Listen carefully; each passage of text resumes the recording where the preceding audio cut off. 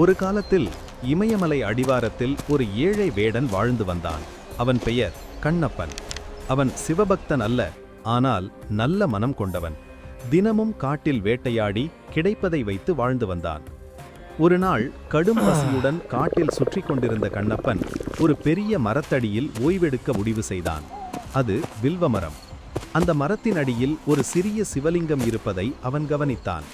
அது சிவபெருமானின் இருப்பிடம் என்பதை அவன் அறியவில்லை. இரவு நேரம்.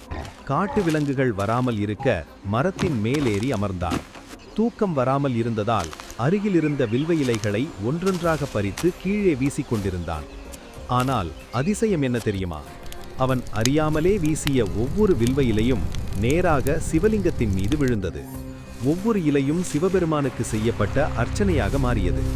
அந்த நேரத்தில் கைலாசத்தில் இருந்த சிவபெருமான், என்னை யாரோ பக்தியுடன் வழிபடுகிறார்கள் என்று மகிழ்ந்தார். பார்வதி தேவி கேட்டாள், அவர் யார் சுவாமி? சிவன் புன்னகையுடன் சொன்னார், அவன் அறியாமலே வில்வ இலைகளை அர்ப்பணிக்கிறான். ஆனால் அவன் மனம் தூயது. இரவு முழுவதும் கண்ணப்பன் தூங்காமல் இருந்தான். வில்வ இலைகள் தொடர்ந்து சிவலிங்கத்தின் மீது விழுந்தன. அதனால் அந்த நாள் முழுவதும் சிவனுக்கு அபிஷேகம், அர்ச்சனை நடந்தது போல ஆனது.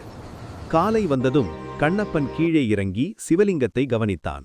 அது ஒரு விசேஷ ஒளியுடன் பிரகாசித்தது. அவனுக்கு ஏதோ தவறு செய்துவிட்டோமோ என்று தோன்றியது. பயத்துடன் நின்ற அவன் முன் சிவபெருமான் தோன்றினார். கண்ணப்பா என்று அன்புடன் அழைத்தார் சிவன். அதிர்ச்சியில் கண்ணப்பன் தலை குனிந்தான்.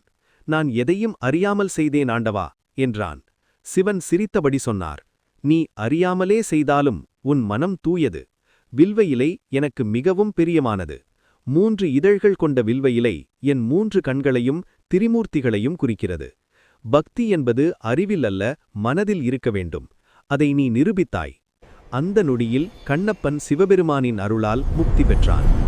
இதன் கருத்து என்ன? 1. வில்வ இலை சிவனுக்கு மிகவும் பிரியமானது. 2. அறியாமலே செய்த நல்ல செயல் கூட உண்மையான பக்தியாக மாறும். 3. மனம் தூயதாக இருந்தால் சிவன் நிச்சயம் அருள் செய்வார். ஓம் நம சிவாய. மேலும் இப்படியான பக்தி கதைகள் தொடர்ந்து கேட்க இந்த திரு இன்ஃபோ மீடியா சேனலை சப்ஸ்கிரைப் செய்து கொள்ளுங்கள். ஓம் நம சிவாய.